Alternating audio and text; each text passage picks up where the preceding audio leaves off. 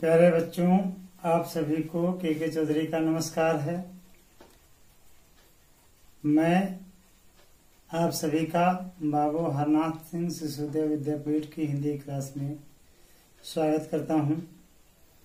बच्चों, हिंदी काव्य साहित्य का इतिहास, हिंदी गद्य साहित्य का इतिहास आप सभी तक वीडियो भी और उसके नोट्स भी पहुंच चुके हैं। काव्य में कैकेयी का अनुताप, पवन दूतिका भी आप तक पहुंच चुका है। अब हम आपको गद्य भाग की ओर ले चल रहे हैं। गद्य भाग में पहला लेसन आपको पढ़ना होता है, पहला पाठ, जो कि वासुदेव शरण अग्रवाल जी ने लिखा है, राष्ट्र का स्वरूप, जो आपके पाठ्यक्रम में निर्धारित पहले से था, इस बार भी है। 30% जो कोर्स कम हुआ है उसमें ये नहीं है, कम वाले में नहीं है, जो आप में निर्धारित हुआ है उसमें है। बच्चों, ये क्रम बनता है कि सबसे पहले हम लेखक के विषय में जाने। पहले बच्चों जीवन परिचय पूछा जाता था, अब परीक्षा में साहित्यिक परिचय पूछा जाएगा। पूछा जाता रहा है करीब 2-3 वर्षों से, जब से कोर्स अलग हुआ है इंटर और हाई स्कूल का, और पेपर 1 हो गया है, तब से साहित्यिक परिचय पूछा जाता है और उनकी कुछ रचनाएं पूछी जाती हैं। तो बच्चों, हम जो है वासुदेव शरण अग्रवाल जी के साहित्यिक परिचय पर एक नज़र डालते हैं। आप लोग अपनी पुस्तक में भी पढ़िएगा और जो मैं वीडियो भेज रहा हूँ उससे नोट्स बनाइएगा और तैयार कर लीजिएगा। वासुदेव शरण अग्रवाल का जन्म जो है 1904 ईस्वी में मेरठ के खेड़ा नामक गांव में हुआ था और इनकी मृत्यु 1967 ईस्वी में हो गई थी। डॉक्टर वासुदेव शरण अग्रवाल लखनऊ और मथुरा के जो पुरातत्व संग्रहालय थे उनमें ये निरीक्षक और केंद्रीय पुरातत्व विभाग के संचालक और राष्ट्रीय संग्रहालय दिल्ली ये बना हुआ है उसके अध्यक्ष रहे। ध्यान से सुनिएगा कि वासुदेव शरण अग्रवाल जी लखनऊ और मथुरा के जो पुरातत्व संग्रहालय हैं उनमें निरीक्षक रहे, केंद्रीय पुरातत्व विभाग के संचालक रहे, राष्ट्रीय संग्रहालय जो दिल्ली में है उसके अध्यक्ष रहे। कुछ समय तक ये काशी हिंदू विश्वविद्यालय में इंडोलॉजी विभाग के अध्यक्ष भी रहे। समझिए बच्चों, बच्चे कहते हैं मुझे याद नहीं होता, समझ में नहीं आता, लेकिन अब यदि आप इसे ध्यान से सुनेंगे, समझेंगे, तो आपको ध्यान में रहेगा कि संग्रहालय जहाँ पर तमाम सी प्राचीन वस्तुओं को संग्रहित करके रखा जाता है, जो दुर्लभ वस्तुएं प्राप्त होती हैं। तो पुरातत्व विभाग, पुरातत्व प्राचीन तत्वों का जो संग्रहालय बना है, कहाँ? लखनऊ में और मथुरा में, उसके निरीक्षक रहे। केंद्रीय पुरातत्व विभाग जो है अपने भारत का, उसके संचालक रहे। राष्ट्रीय संग्रहालय दिल्ली के अध्यक्ष बने और कुछ समय तक काशी हिंदू विश्वविद्यालय में इंडोलॉजी विभाग के अध्यक्ष रहे। इन्होंने मुख्य रूप से पुरातत्व को ही अपना विषय बनाया है।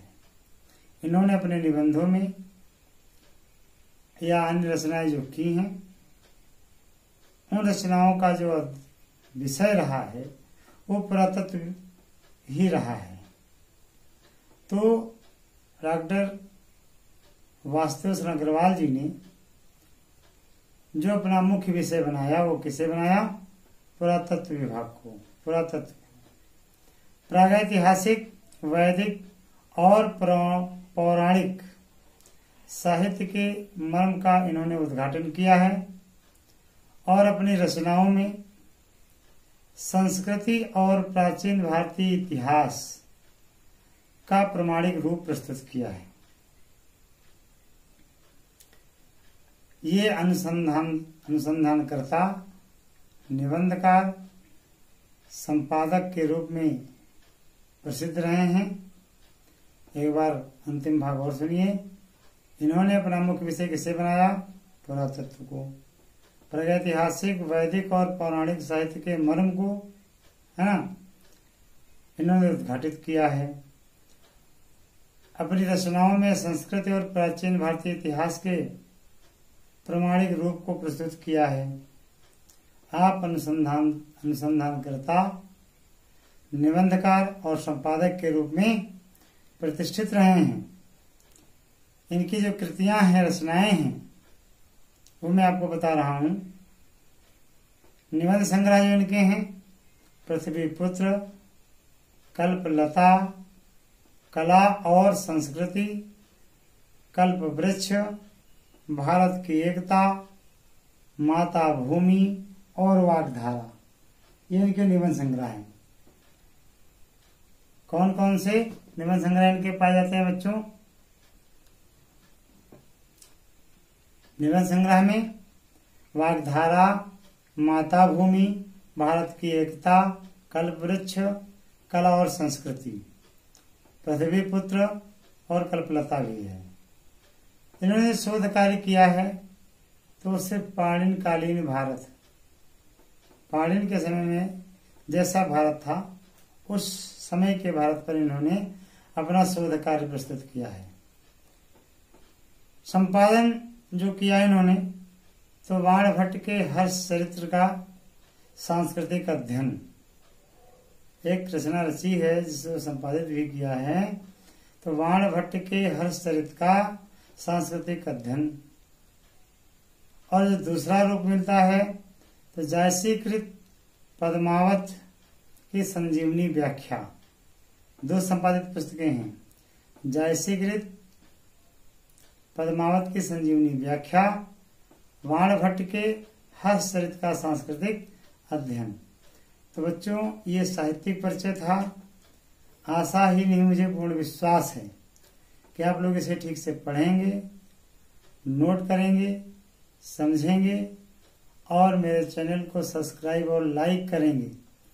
जितना हो सके अपने दोस्तों में इन साहित्यिक परिचय को या जो मेरे द्वारा पढ़ाए गए आपके विषय के जो भी वीडियोज हैं उनको शेयर करने का भी प्रयास करिए।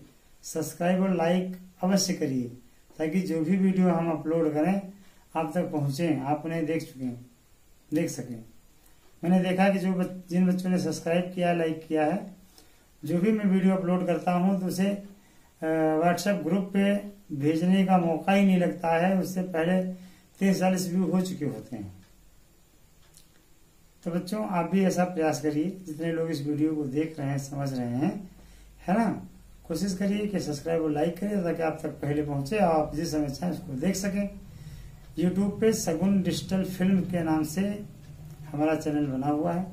सगुन डिजिटल फिल्म्स एंड फोटोग्राफी करके आप जब सर्च करेंगे तो आपको मिल जाएगा और सारी इस वीडियो आपको वहां पर प्राप्त होंगी। या फिर बाबू हरनाथ सिंह सिसोदिया विद्यापीठ जो चैनल अलग से विद्यापीठ का बना हुआ उसे सर्च करेंगे तो उसमें भी आपको ये वीडियोज मिल जाएंगी। तो बच्चों, आप जिस तरीके से चाहें उसे सर्च करें, पढ़ें और तैयारी करें, क्योंकि इस बार भी बड़ी दिक्कत हो रही है। कोरोना नामक जो महामारी है ना, सभी इसकी मार झेल रहे हैं, हम सभी परेशान हैं, है ना। तो बच्चों अगर नहीं मिल पा रहे तो वीडियो के माध्यम से ही पढ़ाई में सक्षम करें तो भला होना चाहिए।